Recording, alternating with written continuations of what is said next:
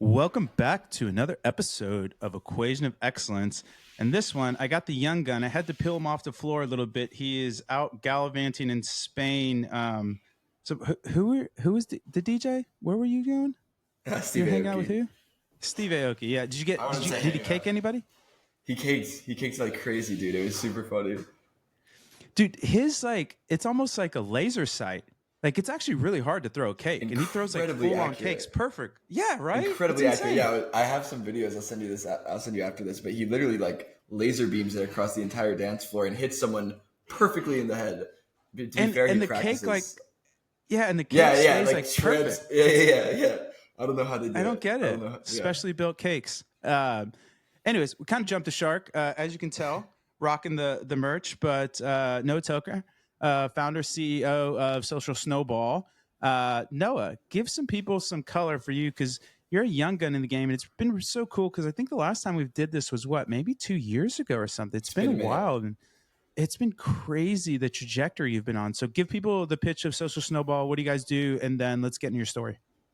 Yeah, 100%. So the quick version is we're an affiliate platform for D2C brands, but we specifically focus on helping brands partner with what we like to call the modern affiliate because the word affiliate Yep. can have a lot of meanings. So by that, we mean like creators, influencers, ambassadors. Pre-social snowball affiliate platforms that existed for D2C brands were very focused around publishers, listicles, review sites as affiliates. And if a brand wanted to partner with an influencer, they would either have to use a platform that was built for publishers and super clunky for influencers, or like a creator management CRM, which was more focused on like getting content and tracking views and brand awareness than it was like actual attributable revenue from the partnership. So Social Yep. Snowball kind of sits in the middle where we are an affiliate platform and the focus is around attributable revenue, but the entire functionality and user experience is like super dialed in on what an influencer and a creator would want, and also what the brands would need to manage influencers and creators. Yeah, man. And you've only been around for what, 3 years now? Not Oh, even? coming up on four. Coming up on 4. 4 years. Okay. Yeah. So Yeah. give or take a year. What made you say, hey, this is the bet I want to make? Because what'd you do before this? I was on the brand side, but like just doing a lot of consulting mostly. I mean, I started like a drop shipping store right after I graduated high school, and that's what like initially got me into this world, which is so funny. And then like got super deep into the media buying space and was doing some consulting and tried to launch on my own brand. Some of them did okay, most of them failed. Um, but was like super deep into the whole advertising world for D2C, and any brand I would work with, whether it was mine or when I was running ads for as a consultant, I'd always launch an affiliate program. Like that was just like a no brainer for me. But the affiliates that I was partnering with were just always Instagram, little ambassadors, customers that wanted to share with friends. Like it wasn't these Yep. big publications. And so I had used all the existing affiliate tech in the Shopify ecosystem at the time that was built to power affiliate programs. And back then, I didn't even realize that they were built for publishers. I just thought like, wow, these are the most clunky, difficult to use pieces of Yes. software I've ever experienced. So I was just super frustrated. And I mean, I was dealing with it for maybe like 4 or 5 years before I was like, you know what? Literally everyone else I talk to also hates these affiliate softwares. Like someone needs to build one that's meant for influencers. And that's sort of how the light bulb moment happened. Dude, I love that. And you're bootstrapped, correct? We're bootstrapped. Yep. That's amazing. So tell me a little bit about that journey, because I know there's a lot of people like, oh man, and candidly, I'm one of them where it's like SaaS needs money, et cetera, et cetera. Did you try to raise it all or no? Yeah, dude. We tried. Oh, I'm actually really glad it didn't work out though. But yeah, I mean, in the early days, I honestly just didn't even think about raising money because my brain was so far removed from the startup world and the SaaS world. It was yeah. so in like the e-com and media buying world where raising money is Yes. not as much of a thing. So it didn't cross my mind, and I had enough cash saved up from what I was doing before that I could at least throw a little bit of money to get it off the ground. I mean, really just to build like the MVP. Um, but yeah, so I mean, we just bootstrapped, and then at one point I started to get much obviously deeper into the SaaS world and the startup world, and hanging out with people like Rabah that drive fun cars, and I was like, oh, I need to raise some money, and I'm like, and just because it felt like that's what everyone does, I was like just trying to Yeah. follow the trajectory that everyone does is what it really was. Um, so I tried and I reached out, and we were also at a plateau at this point. This is like 3.5 years ago. We just like Yeah. got to, I don't know what it was, maybe like 20 or 30K at MRR. And we Yeah. just like weren't really getting above that. And I felt like, oh, okay, like this is probably a good time to raise money. We need to like get to the next level. And so I tried, and I literally pitched every VC. I'm sure probably some that you know, some that you guys maybe even work with, like every VC in the space. Some big ones, some small ones. I just got rejected by every single one. I think like I don't think I would have been able to handle venture money back then, honestly. Like I think if we raised like a proper round now, I would be able to put that money to great use. Back then, I still was so just novice at being a founder that I don't think it would have been good for the business to inject capital. So obviously the VCs could sniff that. And although I didn't realize it at the time, them rejecting me was a huge blessing because after I, got the last rejection from one of the VCs that I really thought was going to say yes. I mean, we were like, I thought we were days away from a term sheet with one VC. And when they said no, I was like, you know what, I'm done with this. I'm going to just focus back on the business. And then like literally a month or two later, we broke out of that plateau like very aggressively and just started growing a ton. So it turned out to be a blessing. I mean, at the scale we are now, I don't think like it makes sense to raise because we make enough that, I mean, it's just, I feel like if a lot of SaaS companies could get to this scale without raising, they wouldn't have raised in the first place. It's like hard to get to here, but now that we're here, I think we could keep growing and compete. I mean, we are competing and winning against venture-backed competitors, so it doesn't feel like we're playing at too much of a disadvantage at this point. In the beginning, for sure, but we had a good head start. Man, that's so well put. Yeah, because we were kind of bantering back and forth on Twitter. It would always be known as Twitter. I'm old. And it's so spot on because I always joke where VC money, like they want to give you money if you don't need it, and nobody wants to give you money when you don't need it. Everybody wants to give you money. It's so paradoxical. And candidly, dude, it is a huge. I was involved with another company with a couple buddies, actually doing really well now, and I was kind of helping them on the road show, jumping on investor pitches and stuff. It's fucking miserable, dude. It is fucking. It feels like the biggest waste of time. It's a full-time job, so nobody's working on the business. Exactly. It's a bunch of, no disrespect to VCs. I actually like wanted to be an investment banker at one point in time. I think if I ever got on, angel investing would be really interesting to me. But candidly, dude, a lot of these people are just have a bunch of money and got really lucky, and they really not actually the killers in the space. And the challenge is when somebody gives you 10, $20 million, they kind of get some say-so in your business. Right. And you start to have to, and then you start to have to placate them. It's like, oh, that's a great idea. Even though in your head, you're like, that's the dumbest fucking thing I've ever heard. But to your point, if you can't build the bridge, it's easier to build it with money. And I think SaaS is still probably the best target because if you, like to your point, now you're probably prepped for it, but back then, no. But if you do have an infrastructure in place, you can literally just go spend money on better, great engineers. And you just build product faster, better, execute things quicker, bring stability to the platform, et cetera, which makes a lot of sense. Where in D2C, it's like, what you can do, buy more shitty ads or, buy more inventory that's just going to sit. It's really hard to deploy the capital. Exactly. It's so hard to deploy the capital in a meaningful way. But now I love that for you. I mean, the whole thing just looks so proper. I'm just playing around the site right now, dude. It's just so crazy how you went from 0 to 60. And what was there a point where you're like, man, not that like you've made it kind of thing, but you're like, fuck, we broke out of this plateau and now it feels like you're building a machine, which is when I see the best SaaS companies, that's exactly what it feels like, where it's just this machine that I'm escalating. I'm just trying to either make the flywheel go faster or make the flywheel bigger. Yeah, dude. I mean, I would say it happened in phases, and there's probably more phases that there's definitely more phases I haven't unlocked yet. But I think when we broke out of that plateau like 3 years ago and started growing, there was a huge realization for me that like, oh, I need to sell to bigger brands and I need to build product for bigger brands. Like I was in the beginning, dude, I was like all on board of the $5 a month. Like, I mean, it wasn't that, it was like $10 a month lowest plan. Like we had a free plan at one point. The plateau was caused by high churn and just low quality customers and no way to just like keep the top of funnel moving fast enough. And so when I had that realization that like, oh, we need to work with bigger brands, it's not just like you could snap your fingers and that happens. Like changes have to happen in product. changes have to happen in sales strategy and go to market and like any marketing has to change in customer success and onboarding strategy. It has to change everything, pricing, literally everything. Yes. So from the point where I had that realization to the point where I was like, okay, now we're like actually kind of positioned to what I envisioned we would be, like when I had that realization was probably about a year to like change everything, especially on a Bootstrap budget. And keep in mind, this is about 3 years ago when we were at like 20, 30K MRR. So we didn't have like a ton of money to just like spin things around.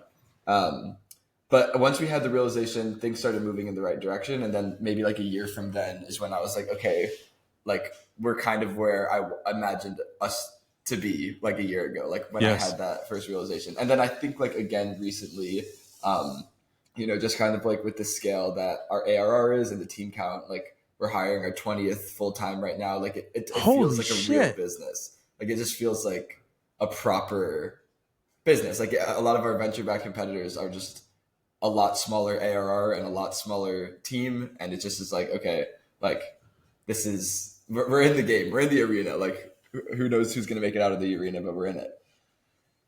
Dude, I love that. What was the first big hire? First big hire? That's a great question. I'd say, so there's a few that stand out. So like you know Zohaib, right? Yep. Yeah, of course. He's wonderful. So Zoe is an incredible human. I hired him about a year and a half ago. It was.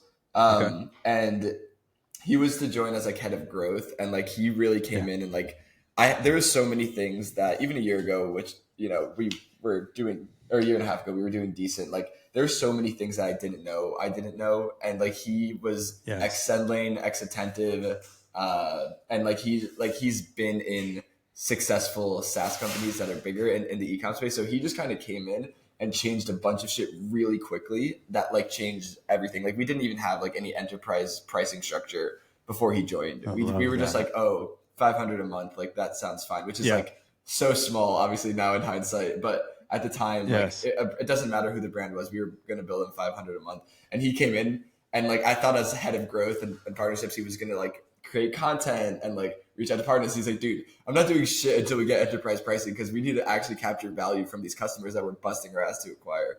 So he came in and changed a lot of shit. That's just one example. And then more recently, we just hired a CTO finally because I'm a solo founder, also non-technical. And so not having like a real CTO has been a huge challenge for us. I mean, it's crazy that we made it to where we did without a CTO, honestly. So we, and I've been looking for one for maybe like 2 years, but it's like, it's a hire you can't rush. Like it's the only other C-level team member that we have. And it's something that like, it's either going to be a perfect fit or it's going to be way off. And I tried with some other hires that were way off. And now we have one that is just a fucking animal. He was the VP of engineering at Grin, which is like our biggest legacy competitor. So he knows everything. He basically like he was essentially the CTO. The CTO was the technical founder. So he was like basically built the entire engineering team. He joined when they were 2 or 3 engineers and he left when there was hundreds. So he's on the Snowball wave and he's brought over all of his best ninja engineers from Grin to Social Snowball. We have like 4 of them now. Wow. So we're just cooking on the end side now. And it's feels like a huge unlock because we had good engineers before, which took a while to even get. But now we have like 10x rock stars that literally like can just mint. Like they could go like the pipeline from me getting a shower idea to a voice message to like production product is like insanely fast right now. And that was like never possible before. That's an incredible litmus test, honestly, of like ideating to shower getting thought to it production. Scoped. Shower thought to production timeline is like, what's the average cycle there? That's actually a really interesting heuristic. I love that. I know you guys are mostly remote. Do you like that? Do you have any views on remote, hybrid, in person? And then how do you manage? Like, how do you consider your management style? Like, how many times do you meet? Shit like that. Give the people some color. Yeah, as far as the remote versus office, like I'd honestly love to hear your take on it because I feel like this is one of the things that I'm still too novice to have like a strong opinion on. We've always been remote. We're remote first. We do lots of events and in-person stuff, so we get to see each other, which is a ton of fun. But as far as actually working, it's always been remote. And I've never had like a real office job before Yep. starting Social Snowball, so I don't really have anything to compare against. I'm super on the fence if it's one is better than the other. So I'd love to hear your Yeah. take on it. And then as far as my management style, I think like with having a small company, I don't have the luxury to micromanage. Like everyone is responsible, like with such a small team, everyone is responsible for so much that it's just impossible. And I have so much to do, it's impossible for me to be on top of people. So I try to only hire people that are very much the self-starter bias to action type. That's me. Because it's just, it's unrealistic. Otherwise, I also don't like hiring junior talent in general. I think a lot of people like hire for culture fit and then train them on the stuff. I don't do that. Like personally, I hire people that know exactly what to do, have been doing it for 10 years. And then on day one, they're already doing it for me. And I don't have to like, they could just tell me the KPIs are going in the right direction. Like I don't like having to teach people stuff. I want them to teach me. So that's been like a huge, so like I was in the beginning, I was like, oh, we're bootstrapped, we're small, we're going to hire junior people and train them. No, we're going to hire super senior people and we're going to suck it up and figure out how to afford it. And they're going to drive the business forward and tell me how it's going. Dude, I couldn't align more than that. And again, that might not be like different strokes for different folks, but I'm the exact same, man. I just don't do well with lower level talent, and not that there's anything wrong with that. Everybody's on a journey and stuff like that, but I couldn't agree with you more. Where I actually just posted about this, where I candidly don't really even believe in training. I think that I actually saw that. I saw that tweet, and I super agree. Yeah, you give them systems and autonomy, and you let them cook, and then if it doesn't work out, here's a nice severance and keep the laptop and move on to the next. Because you also start to get a degradation in culture because A players want to be around A players, man. And like there's just it just doesn't work like that. And I also find that there's a certain level of commitment and effort. And when you have these junior people, if they aren't super bought in, you're going to get exactly that. And then you get into more of a warehouse mentality of managing where you're like hawking. Like, dude, I could give two fucks less what my people do with their time. I tell them what I need, when I need it, and the how's what the money's for. And you go fucking cook, dude. I don't don't ask me dumb shit. Like, and there's definitely a certain aspect if you throw them in, here's a spear, go hunt. And then if you have questions, ask me great questions, but get as far as you can. And I couldn't agree more with that management style. Or that's my preferred way to manage as well, because it's a paradox when you get more headcount, where a lot of times there's a degradation in productivity, which is like, so like how I have more people, I'm spending all this money, and our output, our productivity is going down, and I've seen it firsthand multiple times. So I think that's absolutely the path to go down. And I just candidly too think when people have ownership, if they're killers, you don't need to have standards, because my name's on it, I'm gonna fucking kill it. But when you have like co-ownership or you have committees, and there's one of my favorite lines from Ogilvy is, go walk through all the parks in your cities, you'll never see a statue for a committee. And I think it's just such a bar, because the segue, going back to your question about in work or like the office setup. Yeah. I'm kind of torn because I used to be, so I've been in the offices, and then you've experienced both. shitty office environment sucks. So that's already off the table. But I did a work from home for a really long time. And then finally at the previous role, Triple, we had a really awesome office. It was awesome. And there's just something to like the idea sex of like getting people rubbing up against each other, and like you just have that where it's very hard to replicate it. But honestly, I think the worst is, I think all remote's not bad, and then you do like quarterly meetups, and then maybe like a half year, like twice a year, you get the whole company together. Is that what remote is? That's what we do. We do quarterly, so we do biannuals for the whole company. But no, is it remote? Is it all remote, or we're in like a hub model. So we have a headquarters in San Francisco. We have a New York office. We have an Austin office, and then there's a smattering of people across the country. And then we have a big dev shop in Bangalore. Nice. because Okay. both Rashib and Shreyas are proper Indian, so they know that the scene over there, blah blah blah blah. And so it's not bad because the silos or the hubs are mostly specific. Like most of our sales is out of New York. Most of the HQ is San Francisco. So we have like our big developers out there. Rashib, Shreyas sit out of that office. And then the Austin office is all the marketing team. And then we have everything. So that's not horrible. I think hybrid is really the worst. So I think Oh, for me, really? the best, yeah, I think hybrid's the worst because you have a hard time with culture and like, because some people are in office and those people are just going to get their messages through quicker, especially if it's Right. like a hybrid where there's an HQ and everybody else is remote. Like True. True. It's unfair. it, I don't want to say like I don't think life is fair or unfair. I just think the incentives are so skewed towards the people in the actual HQ. Well, they'll by proximity, their ideas get greenlit faster, not Yeah. on merit, but by Yeah. proximity because I can Yeah. convince you in person better. So I think my take is either go fully remote and then have those quarterly meetups for the specialized teams. So like the way we do it at Fermat is the specialized teams get quarterly, and then we do a biannual for the company. And so it's like kind of like the World Cup and the Euros. So every 2 months, you're either meeting the whole company or you're doing your specialized, That's like your nice. marketing or engineering or whatever meets up. And so you get that because I'm also a big believer in, I think real work is done individually. Like I think you need to collaborate and have synthesis, but you don't work together. You know what I mean? You Yeah. go get your deliverables, go do it, and then you come back together. So that's just a personal belief or thesis of mine. But I Dude, will how big is say in Fermat now? person though, almost like Like a the hundred. team. Like if Wow.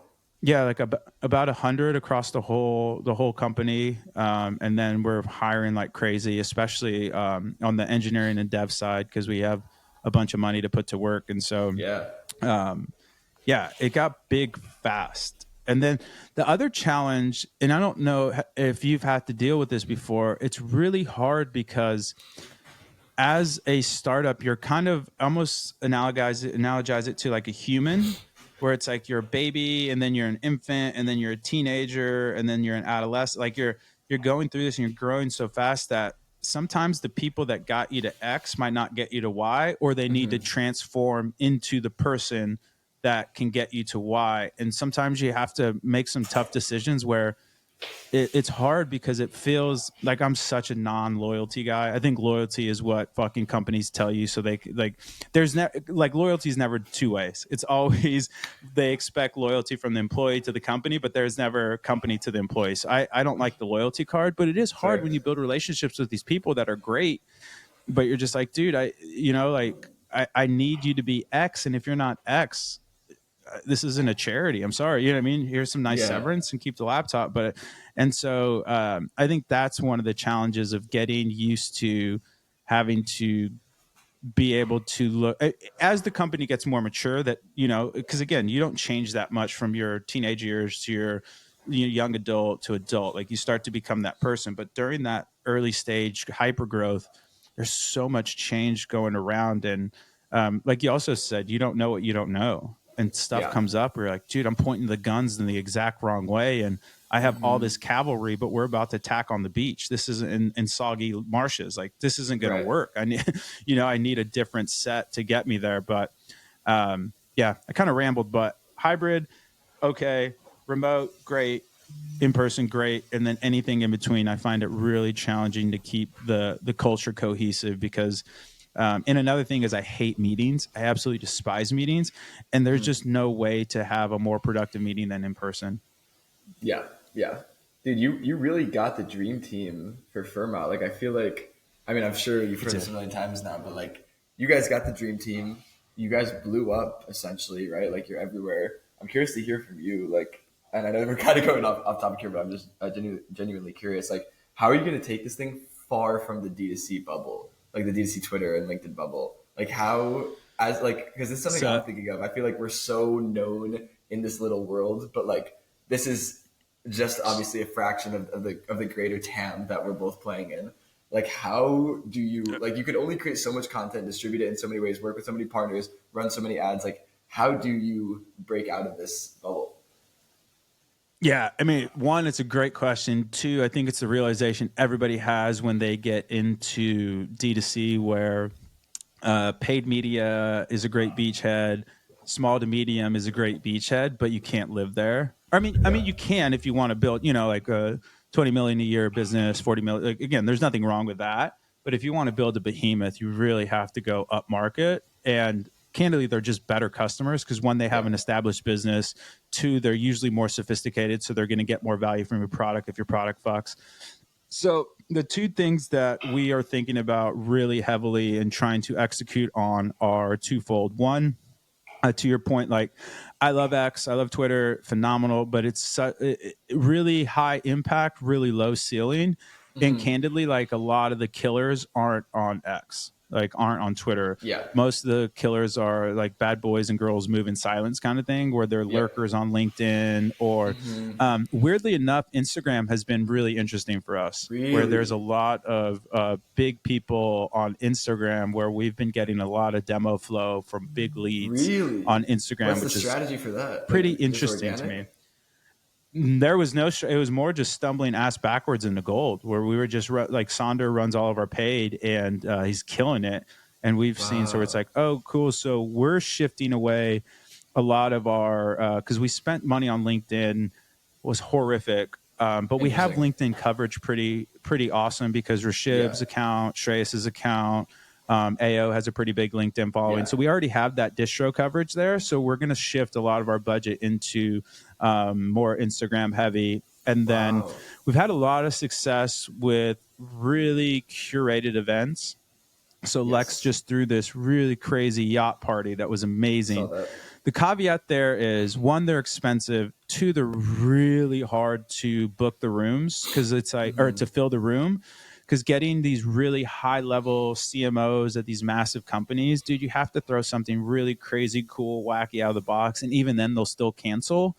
Yeah. And when you're throwing a 20-person party, if 2 or 3 people cancel, dude, it's like, that's a significant amount of people. Yeah. So I think for us, our enterprise strategy is going to be based on actually getting a little bit stronger and bigger on Instagram. I think you penetrate enterprise in 2 ways. One, you become this really cool, awesome kid that everybody's talking about, that then the enterprise goes, oh, hey, Billy, why aren't we using Social Snowball? Go check them out. Or B, you throw these really crazy curated events. Like, I'm not saying like a dinner or anything like that, but something really, like, at the yacht, there was basically like no selling. The yacht was basically, I mean, it was just an insane event. You got shuttled from the pier to the yacht on a Zodiac. You got off the yacht. You got this pre-made drink for you. You got this customized card that Lex wrote. There was these 2 activities. You either painted or you did a mixology class. We went around LSI. I mean, it was awesome. It was absolutely awesome. But it's a big fucking lift, dude. It's a big lift. So I have yet to find the unlock there, because they don't all congregate in one channel. So for me, it's how can I really either increase that word of mouth awareness through doing really crazy cool shit. Like, we have this moonshot marketing thing coming out. It's going to be awesome. We're doing something really crazy that I'm really excited about. So doing cool, crazy shit that everybody's like, oh man, who are these people? And then trying to surface that way, and then be doing super curated events. And then the other kind of real big win is, if your product fucks, the beauty of enterprise, and it's a feature or a bug. If your product fucks, it's a feature, because people buy B2B SaaS through a fear lens. They don't want to make, they're scared to make a bad decision because their boss is going to get mad. Where I think D2C is more, and it sounds a little bit semantics, but D2C is more of like a no regret strategy. I don't want to make a bad decision, where B2B SaaS is like, I don't want my boss to think I'm dumb because I bought this software. Because essentially, when you put in the purchase request, you're vouching for it, right? And then they're going to come back to me and like, oh, Rabba, Noah, the boss, is asking Rabba why he spent $20,000 on Social Snowball. Are we getting value out of it? And they're like, yeah, I am, blah, blah, blah. But if your product doesn't fuck, the challenge is, if you do penetrate enterprise, all those people are connected. It's even more incestuous than mid to. And so that's the kind of double-edged sword. And I'll tell you what, it's really hard to get people to come back to do a second thing if it didn't work on the first time. And so Yeah. those people are pretty much out of pipe for 2 to 3 years. Yeah. And so Yeah. that's the gamble, right? Like you have to be so product proud that all I need to do is get like the kind of pit bulls thing, right? Where you're just outside hawking CDs because you're like, I'm so confident in my product. But if the product isn't there, it can put some really big headwinds in front of you, because Noah is going to talk to Billy, is going to talk to Sally, is going to talk to Susan, and they're going to ask, hey, how was Raba's Happy Pills? Were they good or not? Oh, they weren't. Okay, I'm not going to buy them. And so Yep. that's where I think the rub comes with enterprise. Like, it's way better kills and they're way better customers.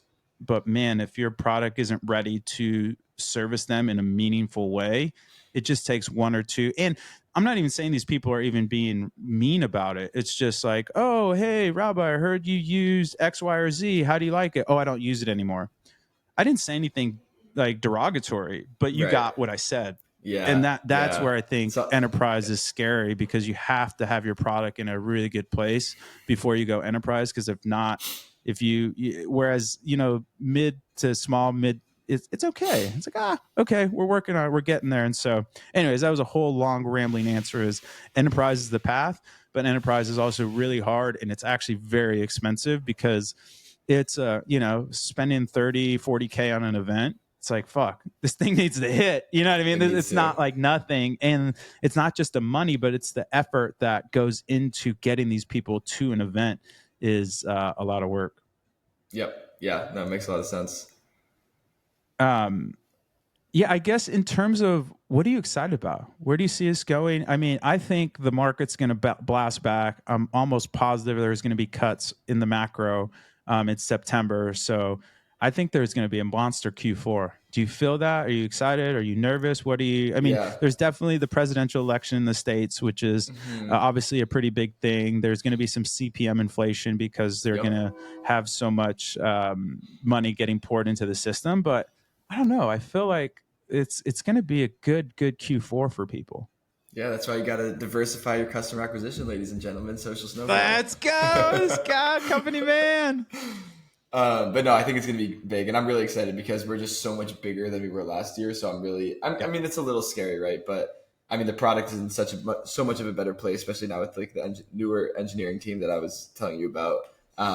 Yeah, I think it's going to be huge, and I think it's going to be really fun to like be on the forefront of it. I think more and more brands with the election and just with like the way that e-com is heading, like they're really diversifying their acquisition, not just in general, but for during BFCM in particular. So it's really cool to see the different strategies that brands deploy with affiliate and influencer during like the most important time of the year, because it's something that brands are running evergreen. Of course, like you have an affiliate program, you have your influencer program, you have a post-purchase referral program, whatever. But for BFCM, brands get creative and they really involve their community of ambassadors, influencers, whatever it is for the brand in their strategy. So I'm very excited to be part of that on a much larger scale this year. Dude, I love that. What's your favorite feature right now in Social Snowball? Dude, my favorite one by far, honestly, is Safe Links. Do you know Safe Links? Everyone copied it now, so it's like not. It's a great name, though. Say thanks. more. I'm already in.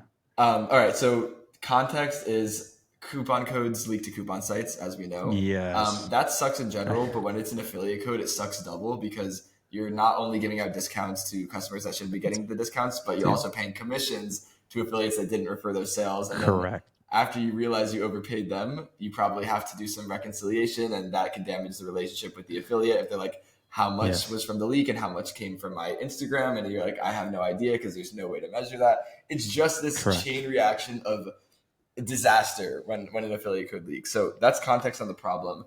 What we built is something called Safe Links. So Safe Links are essentially a coupon code alternative, is like how I like to explain it. It's like a coupon code replacement. So where affiliates would have historically been sharing a code, they would share this link instead.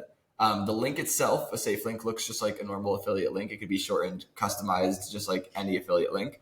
But how it works is when a shopper clicks on the Safe Link and gets taken to the brand storefront, in real time, a unique single-use code is generated from their Shopify and given to the shopper to use during their shopping session. That's gangster. So if I'm an influencer and I'm like, use my link to get this discount, and Robbie, you click on my link, but 10 other people click on the link, 11 different single-use codes will be generated. Everyone gets their own code. So all the shoppers still get the discount. The influencer still has a mechanism that allows them to share a discount with their audience. But if Honey or any coupon site were to pick up any of those codes, it doesn't matter because they're all single-use. So they're worthless to these coupon sites, and there's no attribution. Damn. That's a big one for us. That's like part of the moving up market for us, at least. Like the bigger the brand, the more code leak hurts. And so SafeLinks wins us a lot of deals. We launched it like a year and a half ago, and I've seen so many other platforms copy it at this point, which, you know, product moats are temporary, but it's still my favorite feature. That's incredible, because this is better than the coupon blocker, because this is this stops it from happening in upstream. the first This place. is a better version of that, because before it's just a cock coupon block. blocker is a Band-Aid. Yeah, exactly. Well, yeah, exactly. The coupon blocker is fixing a symptom. This is the root cause. I love that. I have a funny story about that too, because early on at Triple Whale, we were doing affiliate marketing was a really big thing for us. And we signed on this new affiliate, really good dude, blah, blah, blah. And I'm like, God damn, this guy is crushing. This is incredible. What a great buy this was. Yeah. And then come to find out, not only the coupon code was linked, got leaked. So my right-hand man in marketing at the time, he was like, hey, man, I don't want to be like the bearer of bad news, but I actually don't think this is as efficacious as you think it is. I'm like, oh, what are you talking about? And he showed me all this data. I'm like, oh, fuck. And then come to find out, after every sales call, when we started doing sales-led stuff, they would send, I made this like demo, one demo to rule them all, took you through the whole platform, blah, blah, blah.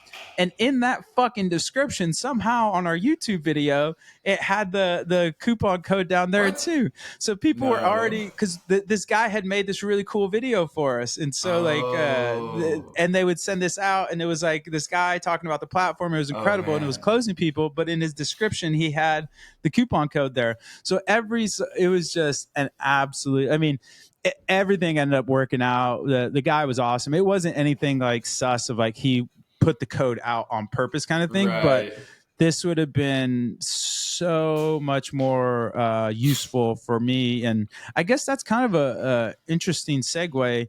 Do you have any aspirations for B2B? Because that's really the show. No, I agree. I just the reason I say no, and like, tell me if you think I'm approaching the focus wrong, the focus is great, but I do want to hear the rationale though. I mean, the way I see it is like a lot of the affiliate platforms that I used, you know, back in the day when Social Snowball was not even an idea yet. One of the things that I think made the product difficult to use and just confusing was the fact that it wasn't e-com focused. When you're in Social Snowball as an e-com operator, everything is familiar. We're using the words that you know. We're using the acronyms you know. Everything is clean and simple. It's just not overcomplicated. If we were to add like B2B SaaS as an ICP, we would have to change and add so much that an e-com user would be a lot more confused in the product. So I think we're just going to stay laser focused on e-com, and that doesn't mean we can't expand outside of Shopify, but e-com will always stay focused on, I think. I love that. That's a brilliant answer. 2 more questions for you and we'll wrap it up. I have all but fallen off on my Apple Vision Pro usage. I know you're a pretty Vision Pro maxi. Give it to me straight. Are you still ripping it? How are you using it? Do you like it? Because I've tried traveling with it. I've tried doing all this stuff, and I feel like me and you, when we first got it, like we were both like trying to be as bullish as possible. It was like bullish. I want it to be so bullish. So here's how I honestly feel now. I'm still bullish, but I really only use it on flights. And when I use it on flights, I love it on flights. Like I can't fly without it. I work, I watch movies, I have a huge setup. Like I think it's incredible for flights. But honestly, like when I first got it, I used to just like work on it from home. Now I don't do that anymore, with the exception of if I want to work outside. It's really nice to have a big screen with no glare, so I'll do that sometimes. But besides that, that's a really good. Okay, that's a good one. Yeah, in the sun. Like I'll be working in the sun. I tried on the flights. Yeah. Yeah, no, that I've seen the pictures. It looks great. You and Murray rip it up. But Yeah. I've tried on the flights, but sometimes it fucks me up a little bit with I have to turn the travel mode on because it Travel doesn't mode. like the seat. Do you have to do that too? Yeah, travel mode, but that's what Yeah, it's yeah. for. That's what Okay. travel mode's for. All Yeah. right. Yeah, maybe I need to give it another shot. I also feel like I don't know, I fly bougie and then it's like I feel like a douche like having to like oh, thank you with the wait or the Dude, I stewardess or just do it. whatever or I what just have do you, but it. maybe I need to give it you just send it. Dude, Okay. All you right. can't I care what need to people get. think. I've had people take a selfie of me on the plane. Like that's how embarrassed. I mean, I wasn't embarrassed, but like Yes. I should have been. Yeah, dude, you just got. I mean, who gives a shit? Like, Uh, it's fine. Nobody gives a shit. No one Yeah. gives a shit. I've All done it in right. I'm gonna economy rip mine too. up. Like, What do I'm like, you? That's a flex. yeah, good. I love it. Okay. Last question, Noah. What is your equation of excellence? What do you think excellence is a function of? Oh, nice. I should have prepared for this. Um, I think excellence is. I think one pitfall people fall into is like trying to replicate other people's excellence too much. I look at you guys crushing it. I look at all these other SaaS companies crushing it. I'm like, okay, obviously I want to be crushing it more, but everyone had such a different path to get to success. I think it's important to learn from what other people have done if they've accomplished something similar, but you have to always know that your path should be different. And like if you try to force a path that someone else did because you want to replicate their success, it's probably going to slow you down. Whereas if you were to take a step back and like think about your specific own situation and take learnings from other people, but not try to force the same path, like that'll take you much further. Dude, I was such a menace in my 20s and you're over here just building empires. I love it, man. That's so well put. And there's a great Bruce Lee line, absorb what's useful, reject what's useless. And I think There you go. there's so much great information out there, but I think especially on Twitter, um, there's no context to it. So a brand doing 100 million a year and a brand doing a million a year, don't listen to the 100 million a year brand. Like you guys are just not in the Yeah. same realm. And Yeah. what's working and they're doing. And so you also don't know what the cap table's like, what the balance sheet looks like, what the goals are. Like the goal might just be to get bought. So they just want to burn as much money as possible to say, hey, we don't care about profitability. Look at growth. Another person might be like, hey, dude, I don't care about making a bunch of top line. I actually want to take home and make bigger distributions. And so, man, I think it's absolutely, that's such sage advice. What a killer. Coming to us live from Spain right after the Aoki concert, Noah Tucker. Noah, how can people follow you? How can they get more involved with Social Snowball? This time is yours, my friend. Yeah, if they want to check out Social Snowball, just go to our website, socialsnowball.io, and you can book a demo there. But I love chatting about this stuff. So if anyone wants to talk to me directly, LinkedIn, Noah Tucker, Twitter, Noah Tucker. I'm always geeking over affiliate and influencer stuff. So yeah, happy to chat with anybody, of course. Dude, I love it. Thank you so much as well for being so flexible on your schedule. I know we had a couple reschedules on my end. You're All very, good. very gracious. I appreciate that. Swag packages in the mail. And then what else we got? We have you have an event at Sendling Commerce, I believe, right? Yeah, I'm doing a panel there. Yeah, are you going to be there? Yeah. I Amazing. think so. I might. I don't know. We have a little stealthy event going on that Thursday, so I might not be there. I'm trying to figure. Okay. That's the moonshot thing. I'm trying to figure it out, but we'll definitely have some people there. We're sponsoring it, and then I thought you guys had you don't have another event you're hosting. I thought We do. a fun party event. We're throwing a Yeah, party. yeah. Yeah, we're Both throwing of them, a party right? You're one of the speaking. days. Yeah. Speaking Okay. there, and yeah, we're throwing a party. We've Yeah. got like Perfect. a big Airbnb. So yeah, that'll be fun too. Oh man, that's gonna be a blast. That's gonna be a blast. I thought your Whaley's talk was killer. You were Thank just you. made for the stage, man. You're just made for the stage. I love that. I think it's online too. If you guys want to go hear him rap a little bit more about affiliate. All right, folks, that's all we got. If you want to go make the money, print or go burr, and make funnels like you create ads, go to firmoutcommerce.com, go book a demo there. And then we have an incredible newsletter that goes out every Monday, written by the indomitable Alexa Kilroy, called The Geometry of Growth. You can go subscribe right on the website. No, you're the man. I appreciate you. Enjoy Spain, my favorite country in Europe, and Barcelona is my favorite city in Europe. So tear it up there. Also, I would argue top 3 Soho house in the world. That Soho house is Yes, stellar. the beach I know house. you're a Soho house guy. Oh, it's Dude, spectacular. we've been So going. We've the been lounge going. area, everything is just, it's first rate there. It's absolutely first rate. So, dude, I appreciate it so much. Ping me when you're in Austin again, and we'll do the dang thing. All right, brother. Thanks for having me. Absolutely. All right, folks, that's another one in the books. We'll see you next week. Bye-bye.